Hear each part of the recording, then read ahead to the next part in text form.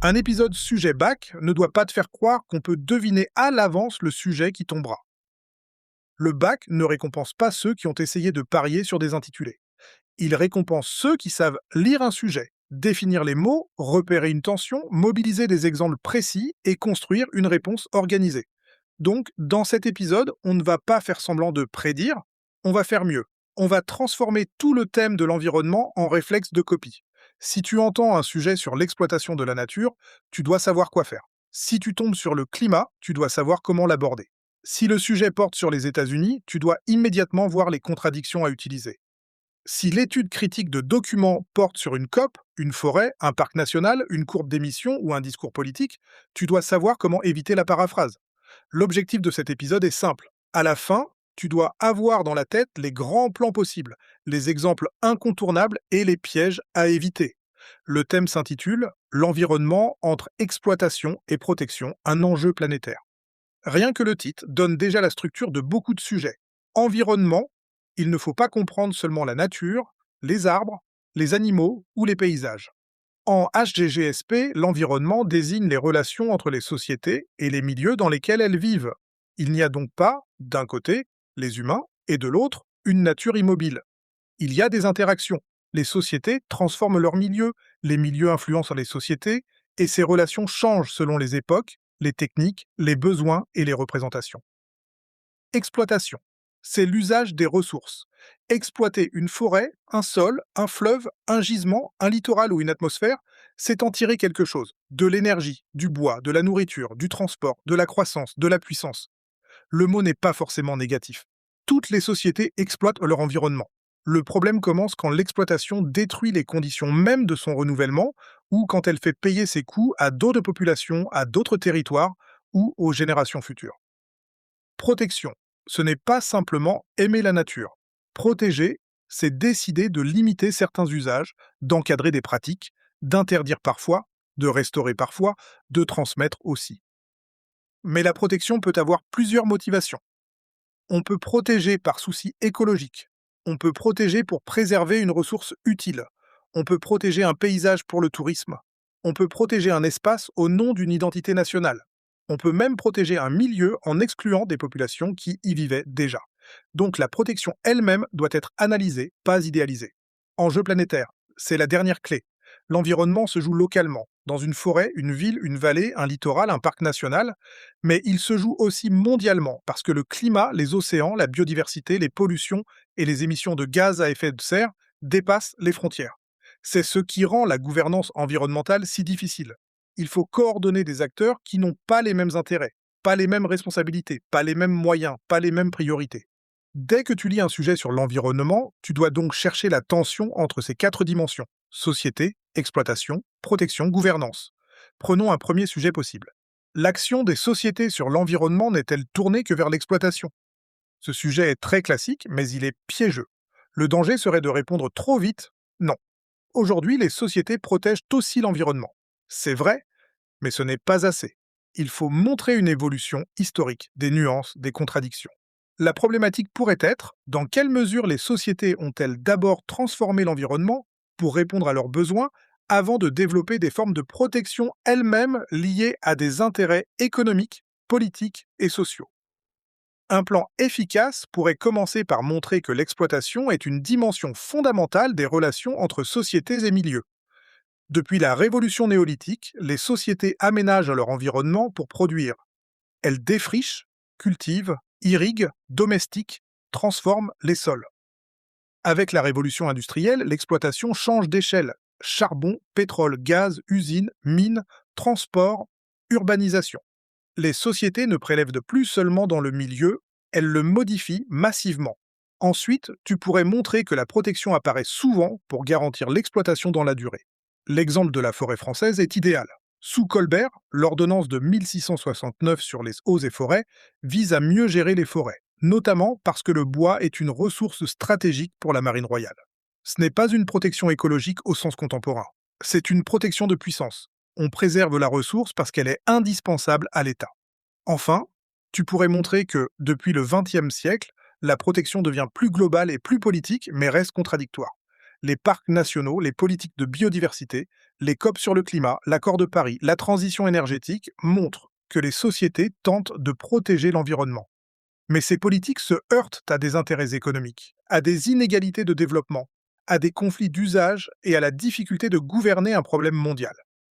La conclusion doit donc être nuancée. Les sociétés n'agissent pas uniquement pour exploiter l'environnement, mais la protection elle-même reste souvent liée à des intérêts humains, économiques, politiques ou géopolitiques. La vraie question n'est pas exploitation ou protection, c'est la manière de concilier les deux sans détruire les conditions de vie futures. Prenons maintenant un deuxième sujet. Quels sont les enjeux de la protection de l'environnement? Ici, le mot important est enjeu.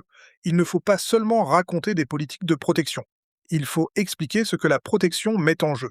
Tu peux construire une problématique simple. Pourquoi la protection de l'environnement est-elle devenue à la fois un enjeu écologique, social, économique et géopolitique? Un bon plan pourrait d'abord montrer que protéger l'environnement répond à des menaces réelles sur les milieux et les sociétés. Le changement climatique, l'érosion de la biodiversité, la dégradation des sols, la pollution de l'air ou de l'eau ne sont pas des problèmes abstraits. Ils touchent à la santé, l'agriculture, l'alimentation, les littoraux, les villes, les migrations, les économies. Protéger l'environnement, c'est donc protéger les conditions de vie des sociétés.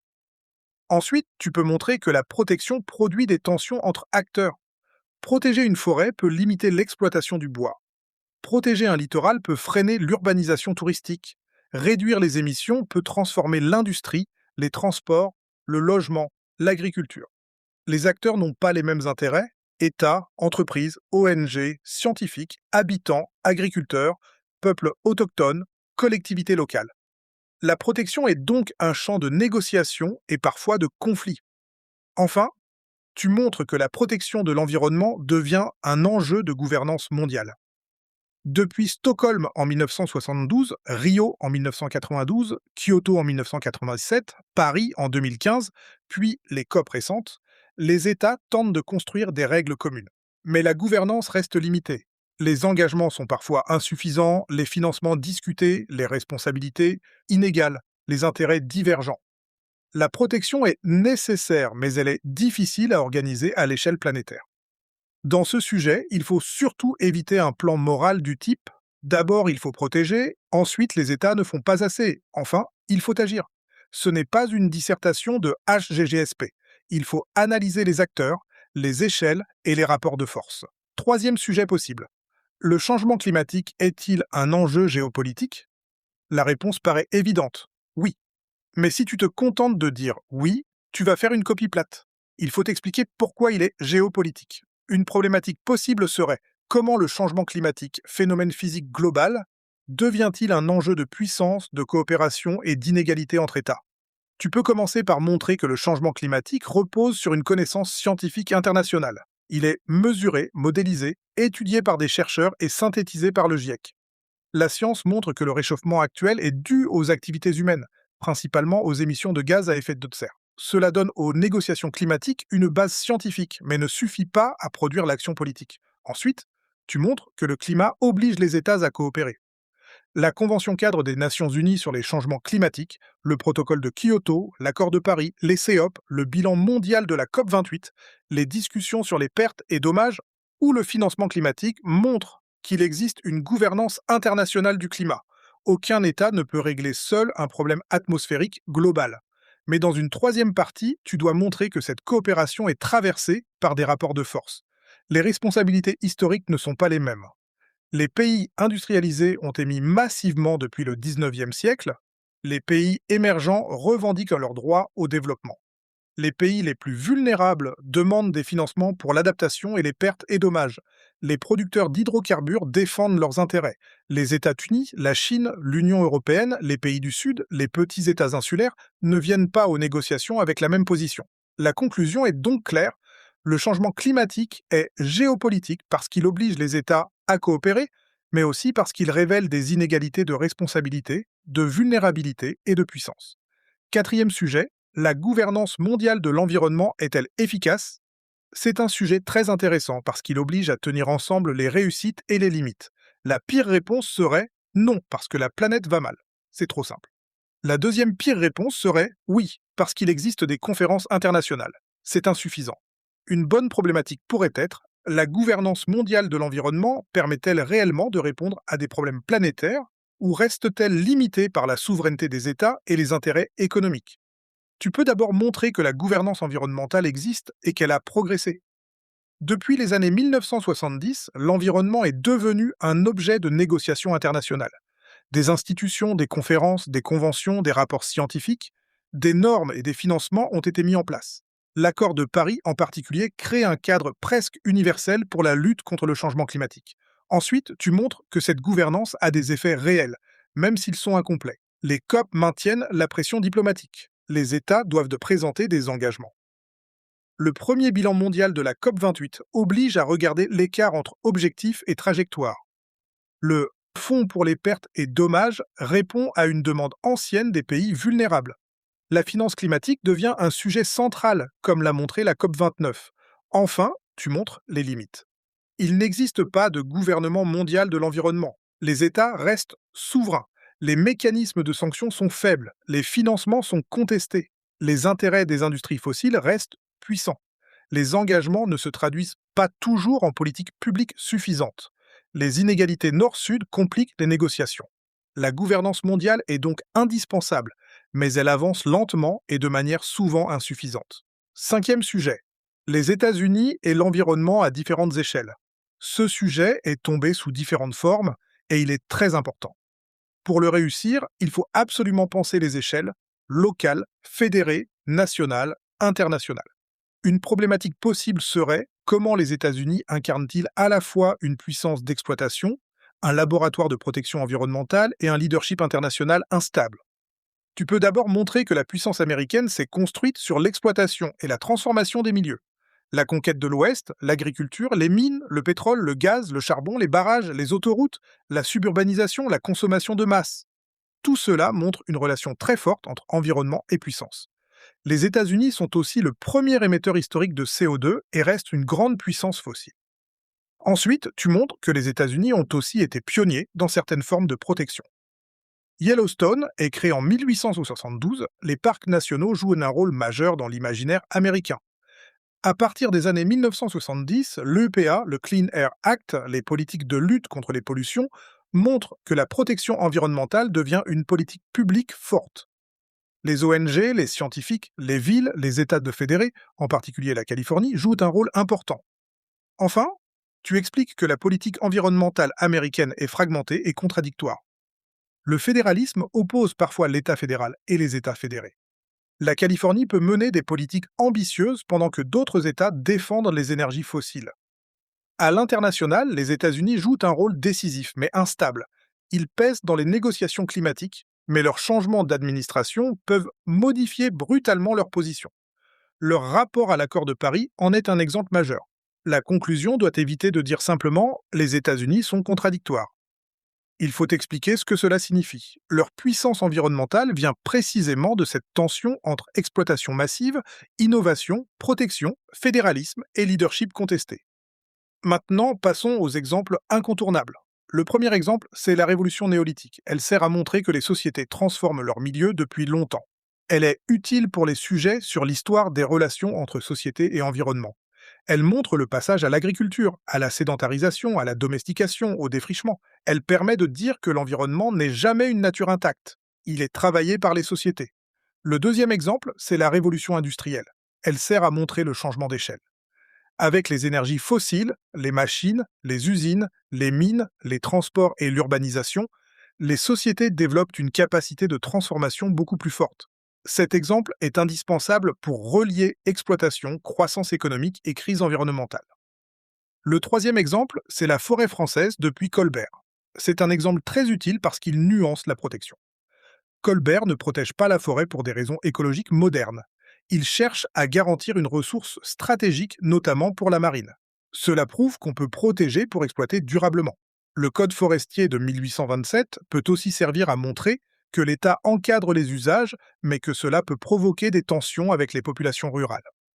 Le quatrième exemple, c'est la gouvernance climatique. Stockholm 1972, Rio 1992, Kyoto 1997, Paris 2015, COP27, COP28, COP29. Tu n'as pas besoin de tout raconter à chaque fois, mais tu dois être capable d'utiliser ces repères. Stockholm marque l'entrée de l'environnement dans la diplomatie mondiale. Rio relie environnement et développement. Kyoto impose des objectifs à certains pays industrialisés. Paris crée un cadre universel fondé sur les contributions nationales. La COP27 met en avant le fonds pertes et dommages. La COP28 introduit dans le bilan mondial la transition hors des énergies fossiles. La COP29 met la finance climatique au centre, avec un nouvel objectif financier pour les pays en développement. Le cinquième exemple, ce sont les États-Unis. Yellowstone en 1872, l'EPA en 1970, le Clean Air Act, la Californie, les énergies fossiles, les émissions historiques, les retraits et retours dans l'accord de Paris, cet ensemble d'exemples permet de répondre à presque tous les sujets sur l'objet conclusif. Le sixième exemple, c'est le GIEC. Il sert à montrer le rôle de l'expertise scientifique dans la construction d'un problème politique. Le GIEC ne gouverne pas. Il ne décide pas. Mais il synthétise les connaissances et fournit une base scientifique aux négociations. C'est un acteur essentiel de la gouvernance climatique. Le septième exemple, c'est la notion de justice climatique. Elle permet d'éviter une copie trop abstraite. Le climat n'est pas seulement une question de degrés, c'est une question d'inégalité. Les pays et les populations qui ont le moins contribué au réchauffement sont souvent parmi les plus vulnérables. La justice climatique permet donc de relier environnement, développement, responsabilité, vulnérabilité et financement. Maintenant, il faut parler des erreurs qui coûtent cher. La première erreur, c'est de confondre environnement et nature.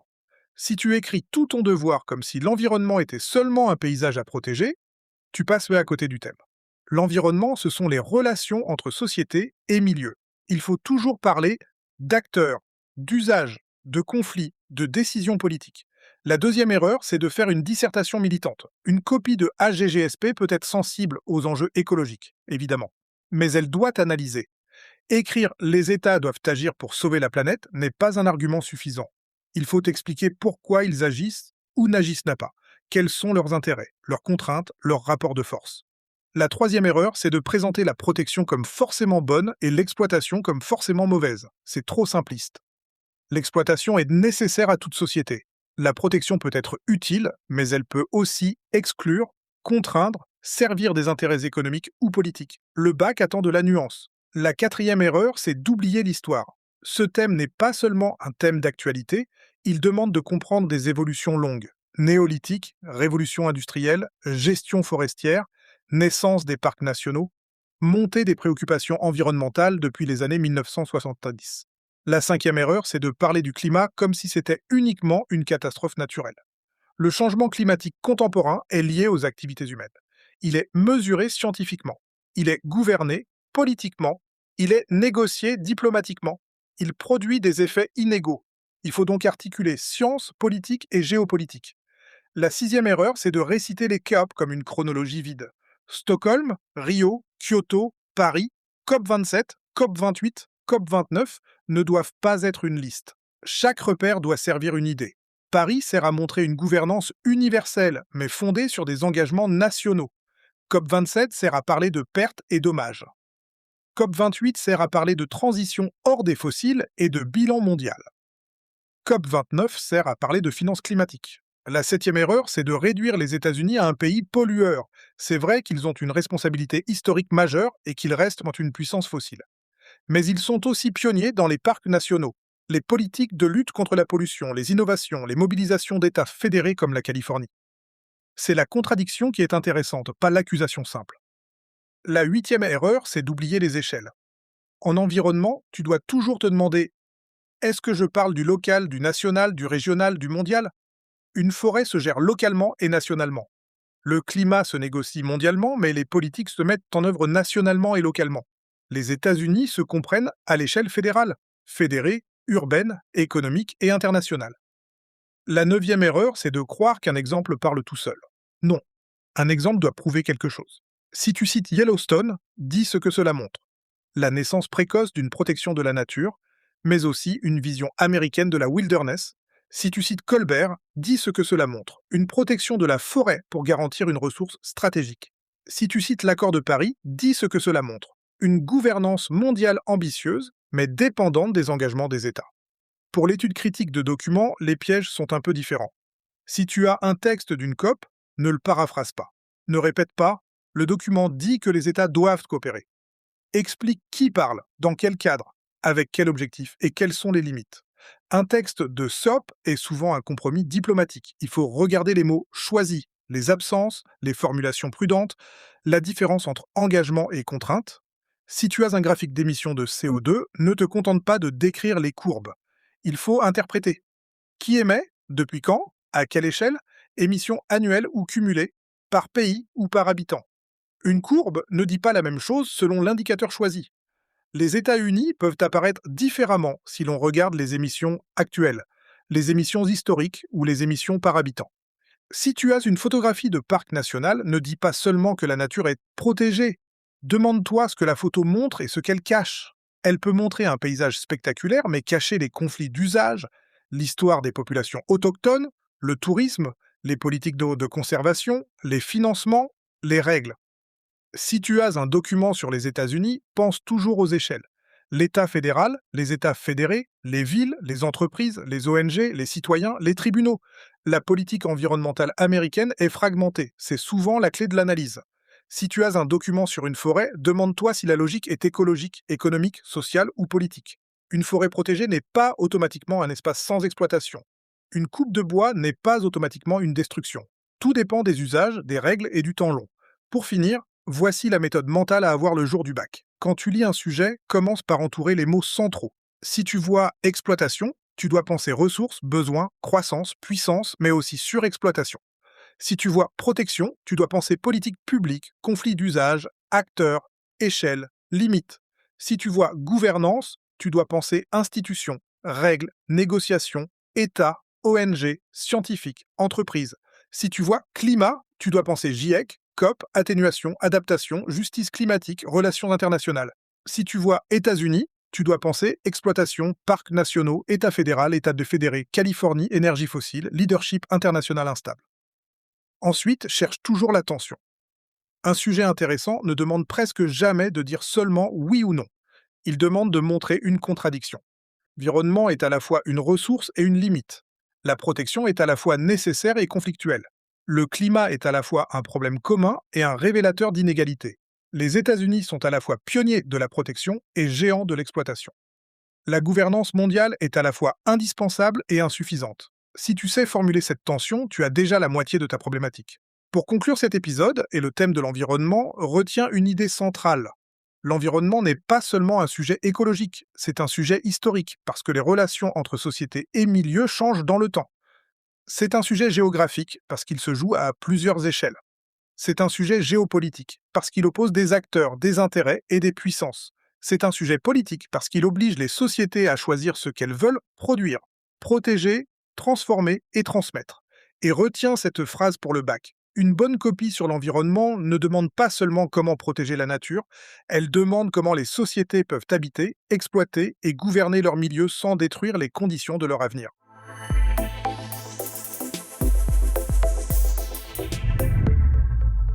Merci d'avoir écouté cet épisode. N'hésite pas à t'abonner, à partager et surtout à foncer écouter les suivants.